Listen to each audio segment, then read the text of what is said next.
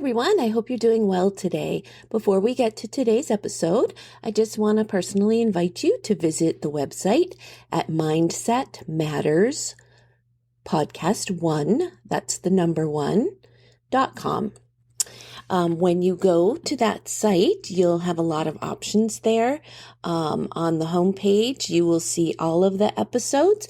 So if you've missed some of the earlier ones, you can go back and get caught up on those. And then you have an option to go to the blog page where you'll find pictures and just quick summaries that go with each episode. And you can click the contact page if you have a message you would like to send or a prayer request or just want to touch base with me, Lisa. That would be great. I check those every day. And then on the donate page, there's a Patreon. If you click on that, it's only $1, but if you want a guest spot on the show, you would click on that, and I would arrange a time in the future for you to be a guest on an upcoming episode. There's also the option to click on the right down at the bottom, you'll see the microphone. And when you click on that, it says leave a voicemail, and you click on the button that says start recording, and you can say anything you would like to say that would be uplifting to other listeners, or you can answer the prompt, what gives you hope? And that would be inspiring and uplifting to others. And I can play it on a future episode, and it's up to you whether you want your name mentioned or not. So I hope this finds everyone doing really well, and I hope you enjoy the episode today on Christa McAuliffe. Join us on a journey through the untold story of Christa McAuliffe, the extraordinary teacher who dared to dream beyond the stars. In this episode, we peel back the layers of her life, exploring the inspiring passion that led her to become the first private citizen selected for space travel. Get ready to embark on a cosmic adventure as we delve into the captivating legacy of a woman whose spirit continues to soar, reminding us all that the pursuit of knowledge knows no bounds.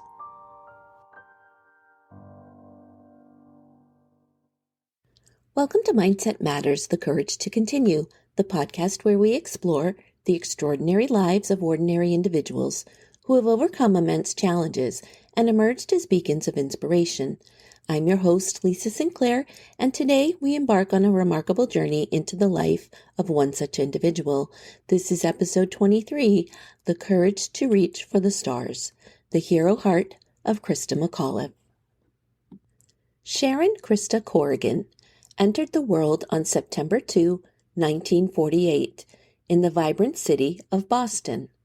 She claimed the title of eldest among 5 siblings born to Edward Christopher Corrigan, an accountant with a rich mix of English and Irish roots, and Grace Mary Corrigan, a dynamic substitute teacher descended from a Lebanese heritage.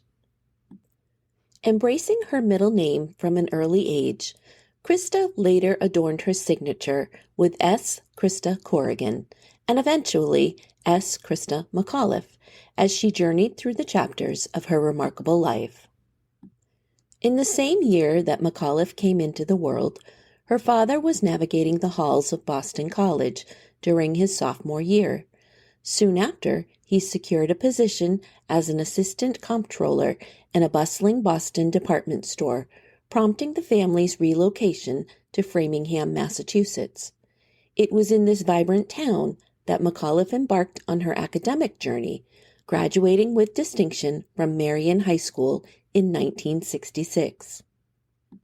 Her intellectual pursuits led her to Framingham State College, now known as Framingham State University, where she earned a bachelor's degree in 1970. But McAuliffe's ambition stretched beyond the confines of traditional academia. As a young and inspired soul, she found herself captivated by the awe-inspiring feats of Project Mercury and the Apollo moon landing program. The defining moment came the day after John Glenn's historic orbit around the Earth in Friendship 7. Excitement bubbling within her, she shared with a friend at Marion High, quote, Do you realize that someday people will be going to the moon? Maybe even taking a bus. And I want to do that." End quote. In a poignant reflection on her NASA application years later, McAuliffe expressed, quote, "I watched the space age being born, and I would like to participate." End quote. Her aspirations were not merely dreams. They were fueled by a profound desire to be an active part of the unfolding adventure of space exploration. In the groove of the 70s, McAuliffe sealed the deal with her high school sweetheart, Stephen J. McAuliffe. Their journey from high school acquaintances to life partners culminated in a union that took them closer to the pulsating heart of Washington, D.C. The move wasn't just a change of scenery, but a purposeful step to accommodate Stephen's pursuit of knowledge at the Georgetown University Law Center, where he sought to unravel the intricacies of the legal world. Their love story blossomed into a family as they welcomed two bundles of joy into their lives, Scott and Carolyn. As fate would have it, these vibrant souls were 9 and 6 respectively, when the threads of their family narrative took an unexpected turn. The chapters of McAuliffe's life, interwoven with love, ambition, and family, would leave an indelible mark, shaping a story that transcends the ordinary. Embarking on her educational odyssey, McAuliffe dove into the world of teaching in 1970, igniting young minds with the sparks of American history at Benjamin Foley Junior High School, in the vibrant landscape of Morningside, Maryland. Undeterred by the challenge, she continued her mission from 1971 to 1978 at Thomas Johnson Middle School in Lanham, Maryland, weaving tales of history and civics into the fabric of her students' minds. The winds of change swept her to Concord, New Hampshire in 1978, as Stephen assumed a role as an assistant to the New Hampshire Attorney General. There, McAuliffe continued to mold young intellects, teaching 7th and 8th grade American history and English in Concord, as well as 9th grade English in Bow, New Hampshire.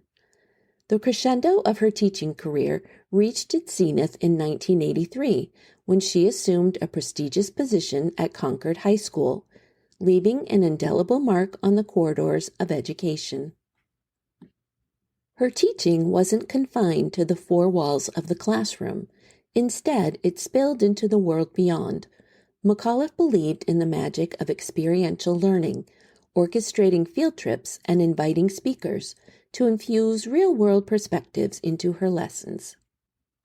According to the New York Times, she championed the unsung heroes of history, the ordinary people, whose stories, she argued, were as crucial to the historical narrative as those of kings, politicians, or generals.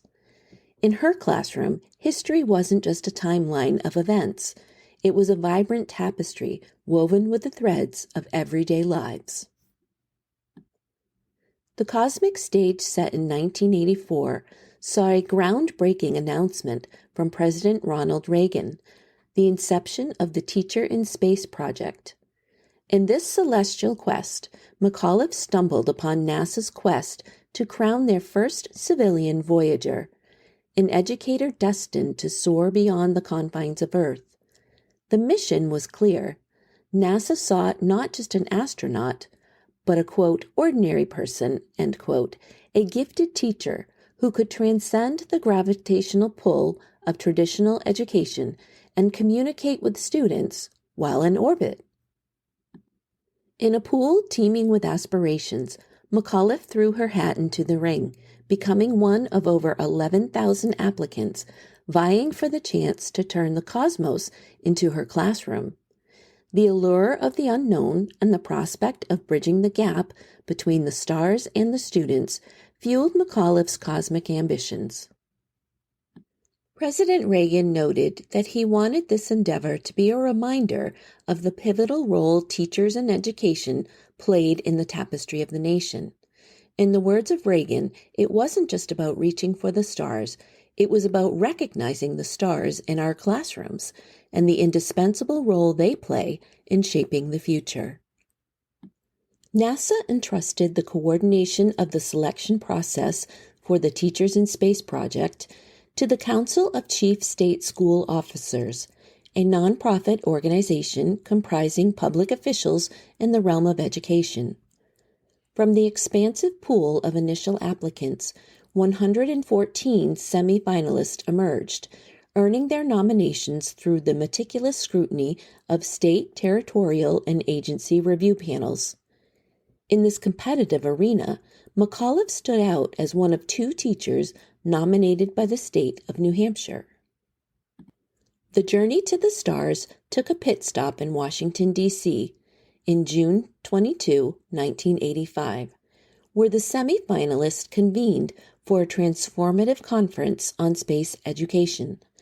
This pivotal event also marked their rendezvous with the review panel, charged with the weighty task of selecting the 10 finalists who would journey further into the cosmic unknown. On July 1, 1985, the exciting revelation emerged. McAuliffe claimed her spot among the coveted 10 finalists. Her journey into the cosmos took a tangible turn on July 7 when she ventured to the Johnson Space Center for a week of exhaustive medical examinations and immersive briefings about the intricacies of spaceflight. As the finalists faced the scrutiny of an evaluation committee comprised of seasoned NASA officials, McAuliffe's distinct qualities began to shine. Her interview became a pivotal moment, leading to recommendations to NASA Administrator James M. Beggs for the primary and backup candidates for the Teacher in Space project. The cosmic curtains lifted on July 19, 1985, when Vice President George H.W. Bush proudly announced McAuliffe as the chosen one, with Barbara Morgan stepping in as her backup. According to Mark Travis of the Concord Monitor, McAuliffe's demeanor was the secret ingredient that set her apart from the stellar lineup of candidates. NASA official Alan Ladwig lauded her infectious enthusiasm, while NASA psychiatrist Terence McGuire, speaking to New Woman magazine, crowned her as the most broad-based, best-balanced person of the 10. In the cosmic dance of selection, McAuliffe's unique charm and well-rounded persona took center stage. In the same year, both McAuliffe and her backup Morgan embarked on a transformative journey by taking a year-long sabbatical from their teaching roles, dedicating themselves to intensive training for a space shuttle mission scheduled for early 1986. NASA, recognizing the significance of their mission, generously covered their salaries. Although McAuliffe wasn't officially a member of the NASA Astronaut Corps, she was designated as part of the STS-51L crew, with responsibilities extending beyond the conventional astronaut duties.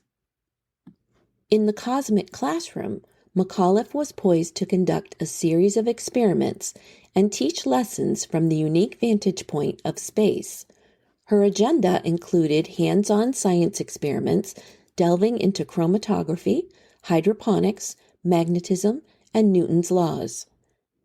Adding an interactive touch, she planned to host 2 15-minute classes broadcasted via closed-circuit TV to millions of eager schoolchildren. The sessions, titled, quote, The Ultimate Field Trip, and, quote, Where We've Been, Where We're Going, and Why, promised an engaging exploration of space's wonders and the benefits of space travel. In a poetic nod to the pioneers of old, McAuliffe aimed to document her cosmic journey through a personal journal, envisioning herself as a modern-day pioneer on the Conestoga wagons, forging a path into the unknown West. Stepping into the limelight as the trailblazing choice for the inaugural Teacher in Space, McAuliffe graced the screens of numerous television programs. From the bright lights of Good Morning America to the insightful interviews on the CBS Morning News and the iconic stages of The Today Show and The Tonight Show starring Johnny Carson, she effortlessly navigated the media landscape. When probed about the imminent mission on Carson's show, McAuliffe delivered a memorable line, quote, If you're offered a seat on a rocket ship, Don't ask what seat, just get on." End quote. Her charisma and candidness forged an instant connection with the media, catapulting the Teacher in Space project into the spotlight of popular attention. The cosmic journey of a teacher turned astronaut became a captivating narrative that resonated far beyond the confines of the classroom. The world awaited with bated breath for the day of the launch. No one could anticipate what would happen on January 28, 1986.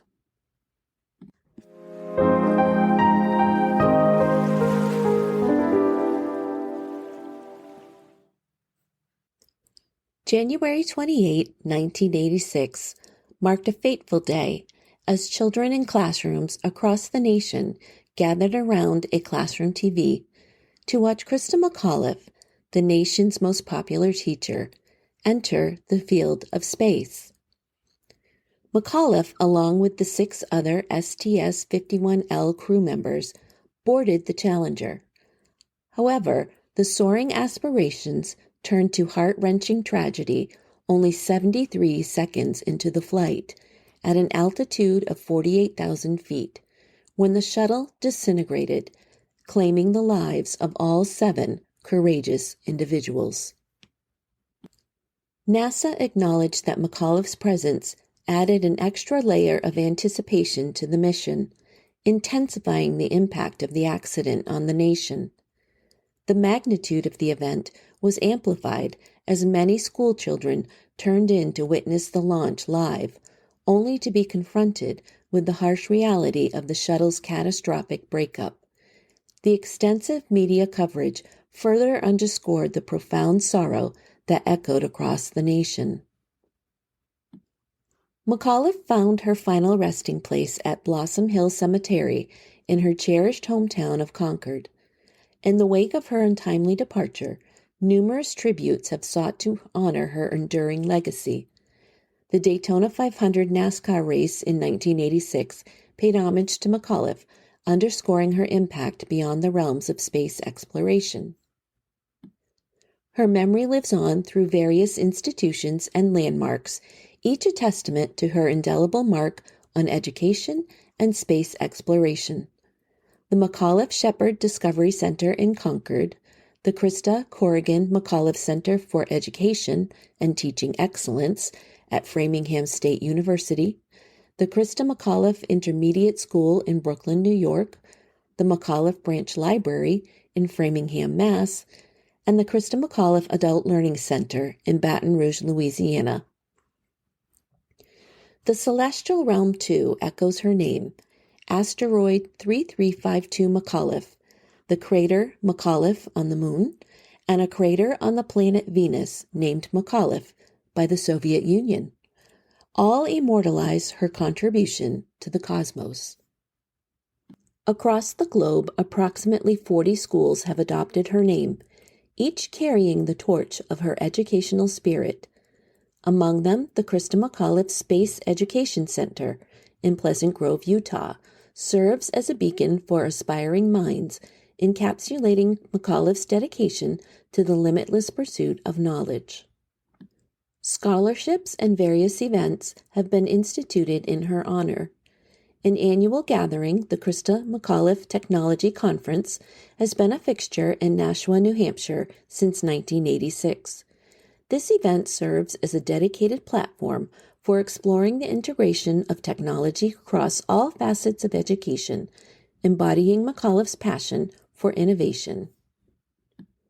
In collaboration with Framingham State College, McAuliffe's parents collaborated to establish the McAuliffe Center, a living tribute to her legacy. Stephen McAuliffe, her husband, embarked on a new chapter, remarrying and later assuming the role of a federal judge in 1992. Christa's son, Scott, delved into graduate studies in marine biology, carving his own path in the scientific realm. Following in her mother's educational footsteps, Caroline, her daughter, chose teaching as her career, fostering a legacy of passion for education. Recognizing the sacrifice and dedication of the 13 astronauts lost in both the Challenger and Columbia disasters, President George W. Bush posthumously awarded them the Congressional Space Medal of Honor on July 23, 2004, immortalizing their contributions to the exploration of the cosmos. On January 28, 2016, a poignant reunion unfolded in Cape Canaveral, Florida, as several teachers who had vied alongside McAuliffe for a coveted seat on the Challenger gathered for a solemn 30th anniversary remembrance service. Standing shoulder to shoulder with them were McAuliffe's widower, Stephen, and her son, Scott. Reflecting on the passage of 3 decades, Stephen eloquently expressed, quote, "Challenger will always be an event that occurred just recently. Our thoughts and memories of Christa will always be fresh and comforting," end quote. In a testament to her lasting impact on aerospace exploration, McAuliffe received a posthumous honor in 2017 when she was inducted into the prestigious International Air and Space Hall of Fame at the San Diego Air and Space Museum. This recognition stands as a perpetual tribute to her enduring legacy in the realm of space exploration. Please enjoy the following audio clip, where you'll hear Christa herself interviewing on the Today Show. When you listen to it, she quite ominously states that she's not afraid of the upcoming launch, and then she cites NASA's safety record. So it's kind of a little bit of a foreboding interview, but I hope you enjoy it. Congratulations. Thank you very much, Brian. Simple question. Why you?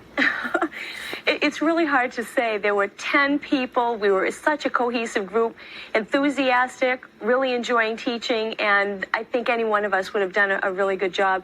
I don't know what put me over the top, and I'm delighted to be here.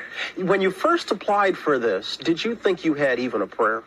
I really didn't. I was almost doing it kind of like when you play the lottery. If you don't play it, you don't win. Sure. And when I filled out that application, that's really how I felt. I figured there'd be at least 50,000 people across the country who would be slipping that into the mailbox around the same time. What about when you made it down to the last 10? Did you think then, maybe? Well, then the possibility became very real, and I really started to think what the impact would be on my teaching career and on my family. But it was still really exciting. Has it all hit you yet?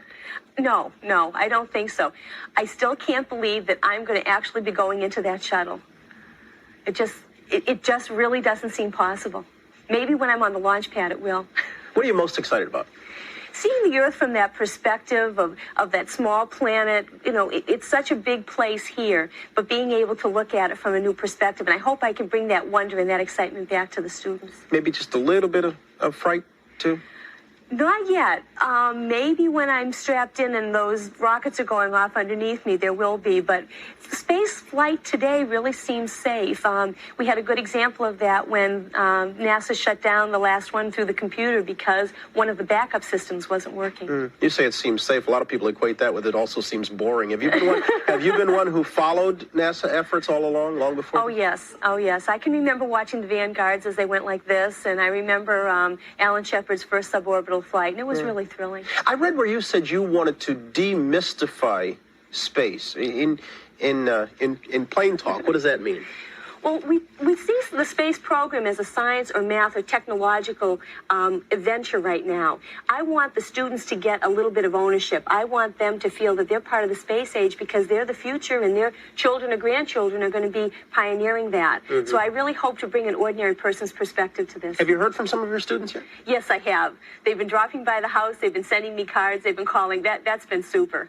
NASA, of course, has a selfish interest in all this. I mean, they want to build up public support for the huge outlays that are necessary to keep the program going. As part and parcel of being the first ordinary citizen, I mean, are you expected to be the ordinary speaker who's out there making speeches on NASA's behalf? That's going to come.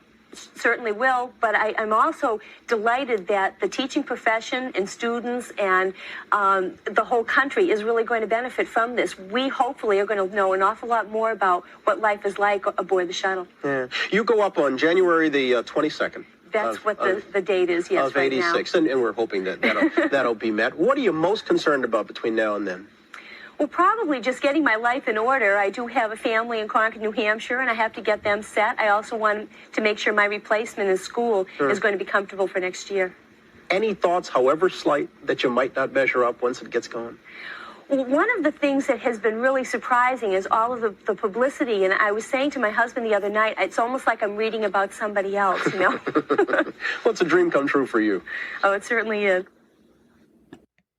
In listening to that audio clip, you can just hear her energy, enthusiasm, and just joy for life and acceptance of whatever fate was to come.